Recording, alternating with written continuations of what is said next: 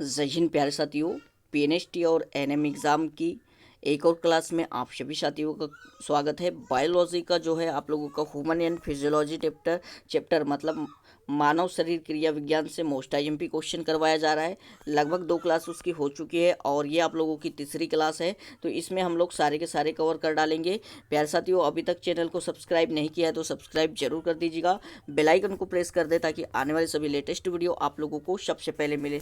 चलिएगा बढ़ते हम लोग, तो आगे देखिए आप लोगों का क्वेश्चन है, कौन सा हार्मोन लड़ो उड़ो हार्मोन कहलाता है। तो ये आप लोगों का एड्रीनलिन के हार्मोन है। बढ़ते हैं अगले क्वेश्चन की ओर। मानव शरीर में रक्तचाप नियंत्रित होता है तो किसके द्वारा? अधिवृक्क ग्रंथि से, थायराइड ग्रंथि से, या थाइमस से, या फिर पित्त पिंड से। तो ये होता है अधिवृक्क ग्रंथि से रक्तचाप नियंत्रण होता है। आगे बढ़ते हैं तो देखिए, जीवन रक्षक हार्मोन किस ग्रंथि से स्रावित होता है? तो ये एड्रीनल से होता है। ठीक है, चलिए गाइस, तो अगला क्वेश्चन आप लोगों का है, जीवन रक्षक हार्मोन किस ग्रंथि से स्रावित होता है? तो ये आप लोगों का एड्रिनल ग्रंथि से स्रावित होता है। बढ़ेंगे अगले क्वेश्चन की ओर। तो अगला क्वेश्चन देखिएगा गाइस, यहाँ पे क्या है। ओके, जूम कर लेते हैं थोड़ा सा। चलिए गाइस, क्वालिटी अगर आप लोगों को सही नहीं दिखाई दे रही होगी तो वीडियो की क्वालिटी ज़रूर बढ़ा लीजिएगा ताकि आप लोगों को भी क्वेश्चन अच्छे से दिखाई दे। ओके, चलिए, तो देखिए क्वेश्चन ये रहा, मनुष्य के शरीर को सर्वाधिक शक्तिशाली पेशी है। मनुष्य के शरीर की सर्वाधिक शक्तिशाली पेशी है कलाई, अंगुली, जबड़ा, पाँव। तो आपको पता है मनुष्य के शरीर का जो सबसे मजबूत भाग होता है वो जबड़ा होता है। चलिए अगला क्वेश्चन देखते हैं, निम्नलिखित में से किसकी पेशियों का स्वस्पंदन का गुण पाया जाता है? निम्नलिखित में से किसकी पेशियों में स्वस्पंदन का गुण पाया जाता है? तो ये आप लोगों का हृदय में पाया जाता है। किस अम्ल के मांसपेशियों में जमा होने के कारण मनुष्य को थकान महसूस होती है? तो आप सभी साथी जानते हो क्या होगा इसका। चलिए, साइट्रिक है, लैक्टिक है, यूरिक है, या पायरुविक अम्ल। तो ये जो लैक्टिक अम्ल है पसीने के साथ आप लोगों का निकलता है और मनुष्य के शरीर में जमा हो जाता है तो थकान महसूस होता है। ओके, यानी चलिए, अगर आप लोगों को थकान महसूस नहीं होना है तो आपकी पसीना निकलते रहना चाहिए। चलिएगा गाइस, पढ़ते हैं, मानव शरीर के निम्नलिखित अंगों में से कार्निया किसका भाग है? तो कार्निया आप लोगों का किसका भाग है? कान का, नाक का, वृक्क का, या आँख का? तो ध्यान रखिएगा, जो आपका कार्निया है वो मानव शरीर के आँख का भाग है। जब आँख जो है नेत्र दान की जाती तो यही भाग आप लोगों का दिया जाता है। बढ़ेंगे अगले क्वेश्चन की ओर। देखिए क्वेश्चन आ भी गया कि नेत्रदान में आँख का कौन सा भाग प्रयुक्त किया जाता है? तो रेटिना, कार्निया, नेत्रलेंस, या संपूर्ण आँख? तो ये आप लोगों का कार्निया वाला पार्ट दिया जाता है। बढ़ेंगे अगले क्वेश्चन की ओर, आँख में प्रवेश करने वाले प्रकाश को किसके द्वारा नियंत्रित तथा नियमित किया जाता है? तो जो आइरिस नाम का पार्ट होता है उसके द्वारा आपका जो है आँख में प्रवेश करने वाले प्रकाश को नियंत्रित तथा नियमित किया जाता है। बढ़ते गए इस अगले क्वेश्चन की ओर, आँख के किस भाग पर वस्तु का प्रतिबिंब बनता है? प्यूपिल, कार्निया, आइरिस, या रेटिना? तो ये आप लोगों का रेटिना पे बनता है प्रतिबिंब। आइरिस का काम क्या होता है? प्रकाश को नियंत्रित एवं नियमित करना।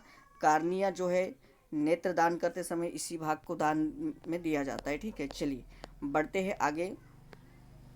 आँख के किस भाग पर वस्तु का प्रतिबिंब बनता है? ये रेटिना है। मानव नेत्र में उपस्थित रेटिना में रंगों में विभेद के लिए उपस्थित होते हैं। तो क्या होते हैं, कौन से होते हैं? रॉड्स, या कॉर्निया, या कोराइड्स? तो ये कौन से होते हैं? ठीक है, रंगों का विभेद करने के लिए, पता लगाने के लिए।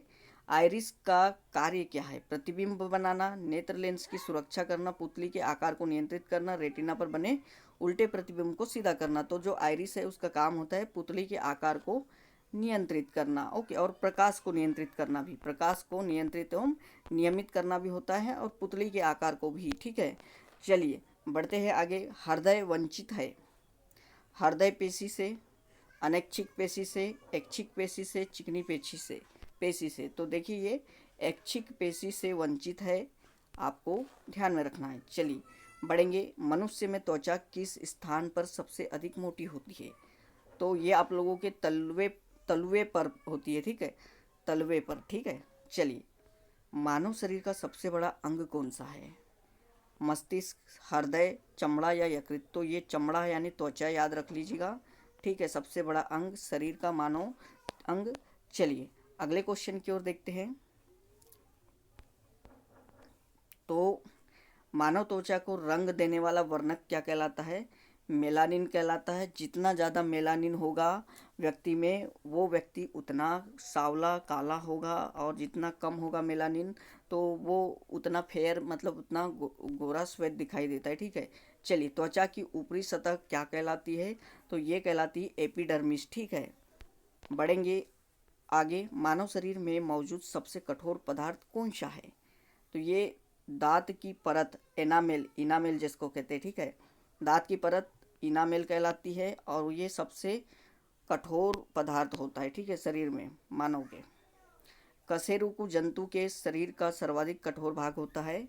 देखिए ये आया आप लोगों का इनेमिल। ठीक है, इनामिल इसको कहते हैं।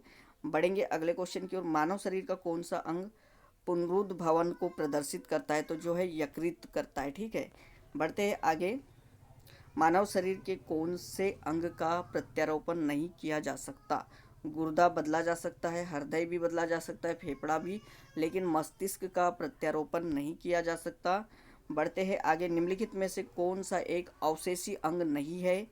डायफ्राम, सेंट्रियोल, अपेंडिक्स या मोलर दांत? तो ये आप लोगों का जो है अवशेषी अंग नहीं है, डायफ्राम। ठीक है, बढ़ेंगे अगले क्वेश्चन की ओर। मनुष्य की आंसू में कौन सा एंजाइम होता है? तो ये लाइसोजाइम का कह के है आप लोगों का। बढ़ते हैं आगे। चलिए मनुष्य की आंसू में कौन सा? तो ये आप लोगों का लाइसोजाइम है। किसी प्राणी के शरीर के समस्त भार का अधिकांश भाग होता है, अधिकांश भाग जल होता है। किस प्रक्रिया द्वारा श्वसन के दौरान गैसें रुधिर में प्रवेश करती है? किस प्रक्रिया द्वारा श्वसन के दौरान गैसें रुधिर में प्रवेश करती है और फिर उसे छोड़ती है? तो ये प्रोसेस आप लोगों की कौन सी कहलाती है? परासरण कहलाती है। बढ़ेंगे आगे। मानव शरीर में अनिवार्य एमिनो अम्लों की संख्या कितनी होती है? 15, 20, 30 या 40? तो ये आप लोग हमेशा याद रखिए, मोस्ट आईएमपी क्वेश्चन है आप लोगों का। कितनी होती? 20 को होती है एमिनो अम्लों की संख्या। बढ़ेंगे। मायोग्लोबिन में कौन सी धातु होती है? मायोग्लोबिन में कौन सी होती है? तो लोहा धातु होती है। एक वयस्क पुरुष के लिए सामान्य हीमोग्लोबिन की मात्रा प्रति 100 ml रक्त है 14.5 ग्राम। ठीक है, चलिएगा। मानव शरीर का सामान्य तापमान होता है 40.5 degree Celsius, 36.9 degree Celsius, 98.4 degree Celsius या 82.4 डिग्री सेल्सियस। तो इसका उत्तर होगा 36.9 डिग्री सेल्सियस है मानव शरीर का सामान्य तापमान। ठीक है, शरीर शारीरिक प्रक्रम से प्रोथ्राम्बिन का संबंध है? उत्सर्जन, रक्त जमाव, प्रजनन या वृद्धि? तो जो आप लोगों का प्रोथ्राम्बिन है इसका संबंध रक्त जमाव से है, ये याद रख लेना। चलिए प्यारे साथियों, चैनल को अभी तक सब्सक्राइब नहीं किया है, सब्सक्राइब कर लीजिएगा। वीडियो को अधिक से अधिक लाइक कर ले ताकि आने वाले सभी लेटेस्ट वीडियो आप लोगों को सबसे पहले मिले। निम्नलिखित में से कौन सा मानव गुर्दे का सामान्य कार्य नहीं है? रक्त में जल की मात्रा का नियंत्रण करना, रक्त में शर्करा की मात्रा का नियंत्रण करना, यूरिया को छानकर बाहर करना, कई हार्मोनों का स्त्रावन करना। तो देखिए मानव गुर्दे का काम रक्त में जल की मात्रा का नियंत्रण करना भी है, यूरिया को छानकर बाहर निकालना भी है, कई हार्मोनों का स्त्रवन भी करता है, लेकिन रक्त में शर्करा की मात्रा का नियंत्रण नहीं करता है।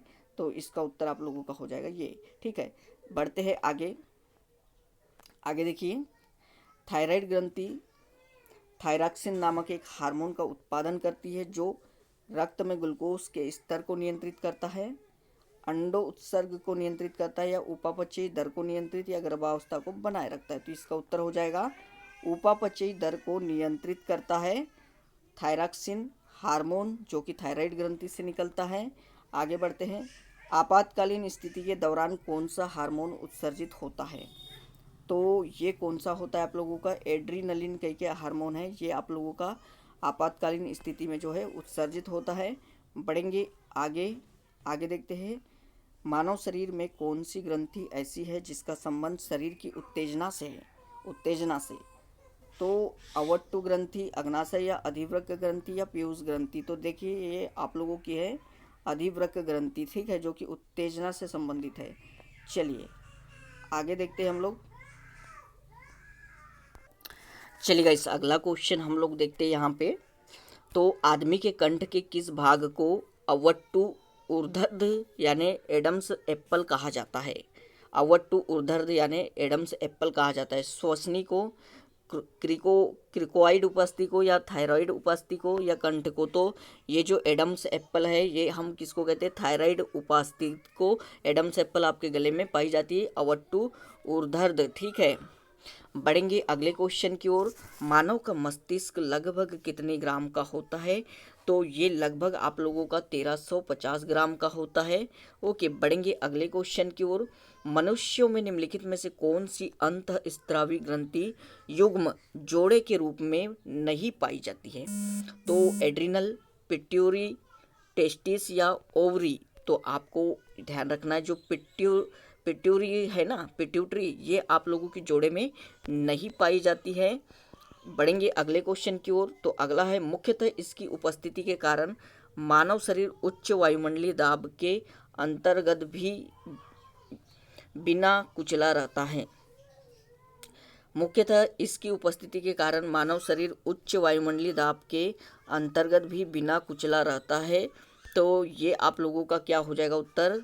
कोशिकाओं में तरल, ठीक है। बढ़ेंगे अगले क्वेश्चन की ओर। चलिए तो अगला क्वेश्चन है आँख के रेटिना की परंपरागत कैमरा के निम्नलिखित में से किस भाग से तुलना की जा सकती है?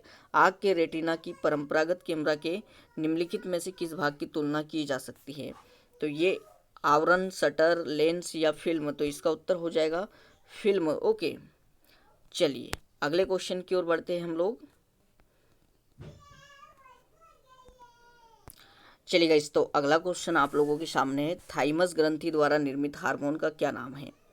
थाइमस ग्रंथि द्वारा जो हार्मोन है निर्मित उसका नाम क्या है? थायरॉक्सिन, ऑक्सीसंस, ओके, ऑक्सिन्स या साइटोकिनिन्स, ओके, या थाइमोसिन? तो ये आप लोगों का हो जाएगा थाइमोसिन। मानव शरीर के पैरों की हड्डियां है ह्यूमरस एवं उरुअस्थि, फिबुला एवं टिबिया, फिबुला एवं उष्मा, टिबिया एवं वही प्रोकिष्ठता। तो ये आप लोगों का जो है फिबुला जांग में पाई जाती है और टिबिया टांग में। तो ये आप लोगों के पैरों की हड्डियां है। बढ़ेंगे अगले क्वेश्चन की ओर। अगला क्वेश्चन है गर्भाशय के लिए वैकल्पिक शब्द क्या है? यूट्रस, यूरेटर, वजाइना या वल्वा?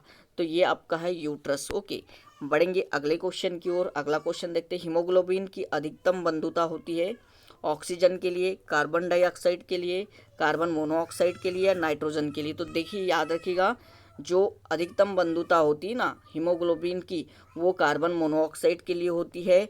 और ये आप लोगों की जो है हीमोग्लोबिन से प्रोसेस करके जो है एक जहरीला पदार्थ बना लेती है जिसके कारण मनुष्य की मृत्यु भी हो जाती है। आप लोग कार का दरवाज़ा बंद करके बैठोगे तो आप लोगों को घुटन महसूस होने लगती है अगर क्योंकि आप लोगों के हीमोग्लोबिन से जो है कार्बन मोनोऑक्साइड प्रोसेस करने लगती है जल्दी से। ओके, चलिए निम्नलिखित में से कौन सी ग्रंथि सेक्स हार्मोन का स्त्रावन करती है? तो ये है आप लोगों की एड्रिनल ग्रंथि। बढ़ते हैं अगले क्वेश्चन की ओर। चलिए गाइस, अगला क्वेश्चन आप लोगों का है यहाँ पे निम्नलिखित में से कौन सा एक कथन जठर के बारे में सही नहीं है? जठर एक अस्थायी आशय के रूप में काम करता है। जठर खाद को आमाशय रस के साथ मिश्रित कर देता है। जठर आमाशय रस में लाइपेज और एमाइलेज स्रावित करता है। जठर के खाली होने की दर खाद के प्रकार पर निर्भर करती है। तो उत्तर आप लोगों का देखिए यहाँ पे क्या हो जाएगा? जठर के खाली होने की दर खाद के प्रकार पर निर्भर करती है। ये सही नहीं है, ये बाकी सही है आप लोगों के, ठीक है। चलिएगा बढ़ेंगे अगले क्वेश्चन की ओर। निम्नलिखित में से कौन सा एक अंग वसा का भंजन कर कोलेस्ट्रॉल उत्पन्न करता है? तो ये कौन सा अंग है? आंत है, यकृत है, फुफ्फुस है या वृक्क? तो आप लोगों का जो यकृत है, ओके, ये आप लोगों का वसा का भंजन कर कोलेस्ट्रॉल उत्पन्न करता है। यकृत वसा का भंजन कर कोलेस्ट्रॉल उत्पन्न करता है। बढ़ेंगे आगे। ईईसीजी का प्रयोग किसकी गतिविधि दर्ज करने के लिए किया जाता है? तो ये आप लोगों का हृदय, फेफड़े, मस्तिष्क या मांसपेशियाँ। तो उत्तर होगा मस्तिष्क। ईईजी का उपयोग किसके लिए किया जाता है? मस्तिष्क के लिए किया जाता है। आगे बढ़ते हैं। पेप्सिन एंजाइम पाया जाता है अग्नाशयी रस में, आमाशयी रस में, गैस्ट्रिक जूस में या सेलेवरी जूस में? तो इसका उत्तर हो जाएगा आप लोगों का आमाशयी रस में पाया जाता है। ओके, पेप्सिन एंजाइम आमाशयी रस में पेप्सिन एंजाइम पाया जाता है। मानव त्वचा का रंग बनता है, तो आप लोगों को ये क्वेश्चन बताया था मैंने, मेलानिन की उपस्थिति के कारण बनता है।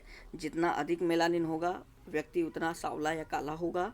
यदि माता पिता में एक का रुधिर वर्ग ए बी है और दूसरे का ओ है तो उनके बच्चे का संभावित रुधिर वर्ग क्या होगा?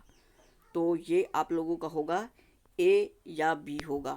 बढ़ते हैं आगे, चलेगा। अगला क्वेश्चन है आप लोगों का, आयोडीन युक्त हार्मोन है।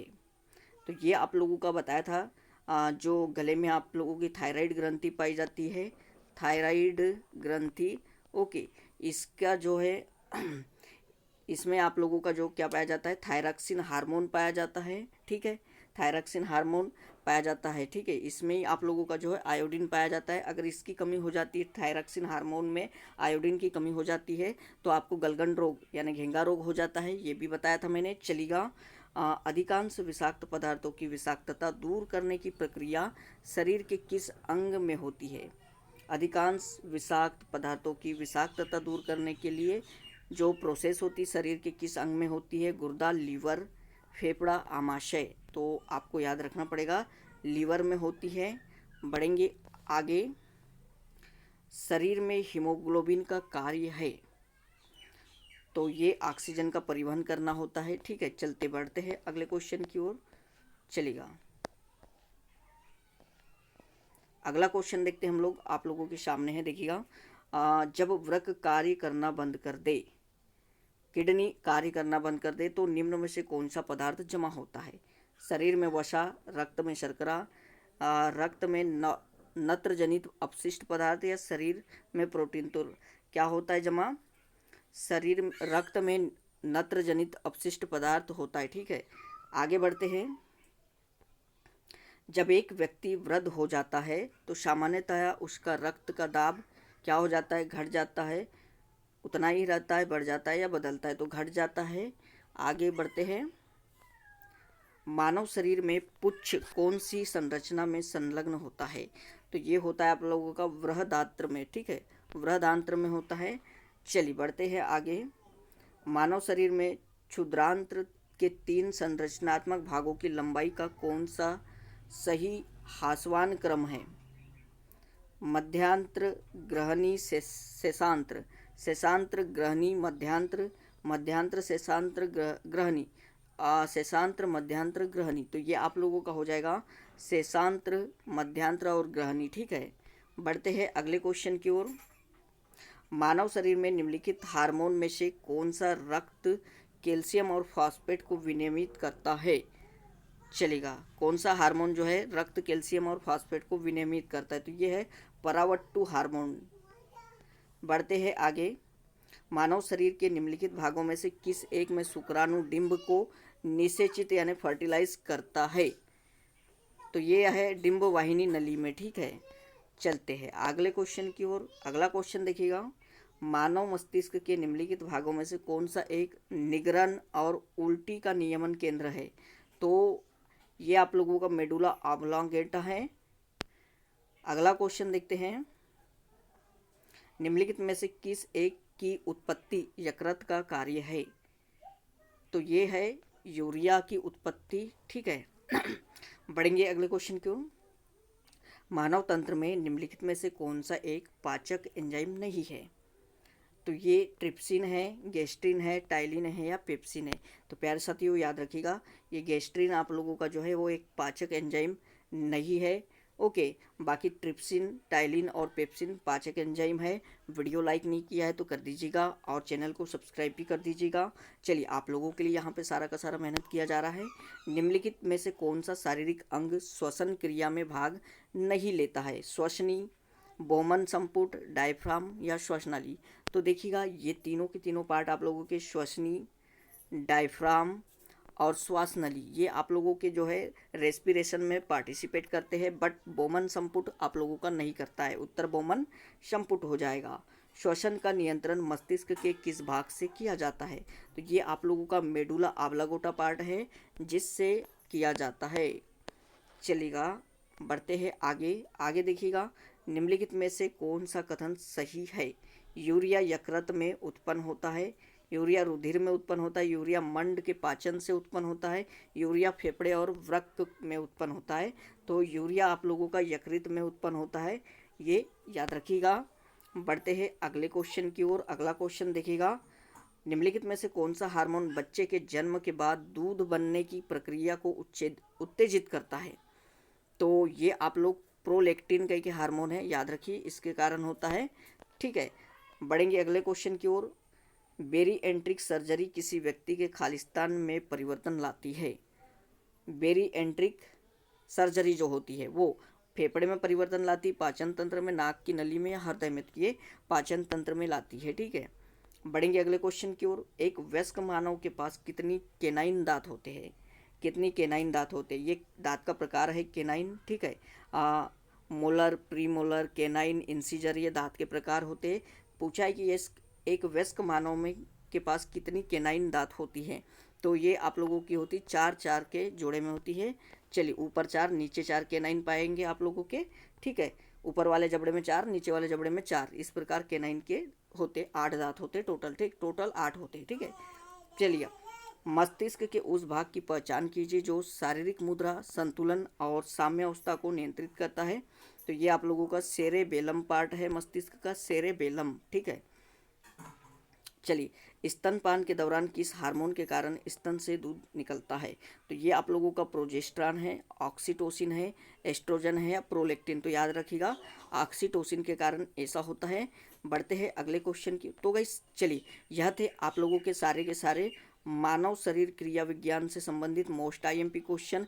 आशा करता हूँ यह वीडियो आप लोगों को अधिक से अधिक पसंद आया होगा। चैनल को सब्सक्राइब नहीं किया तो सब्सक्राइब जरूर कर लीजिएगा, बेल आइकन को प्रेस कर दे ताकि आने वाले सभी लेटेस्ट वीडियो आप लोगों को सबसे पहले मिले। थैंक यू साथियों।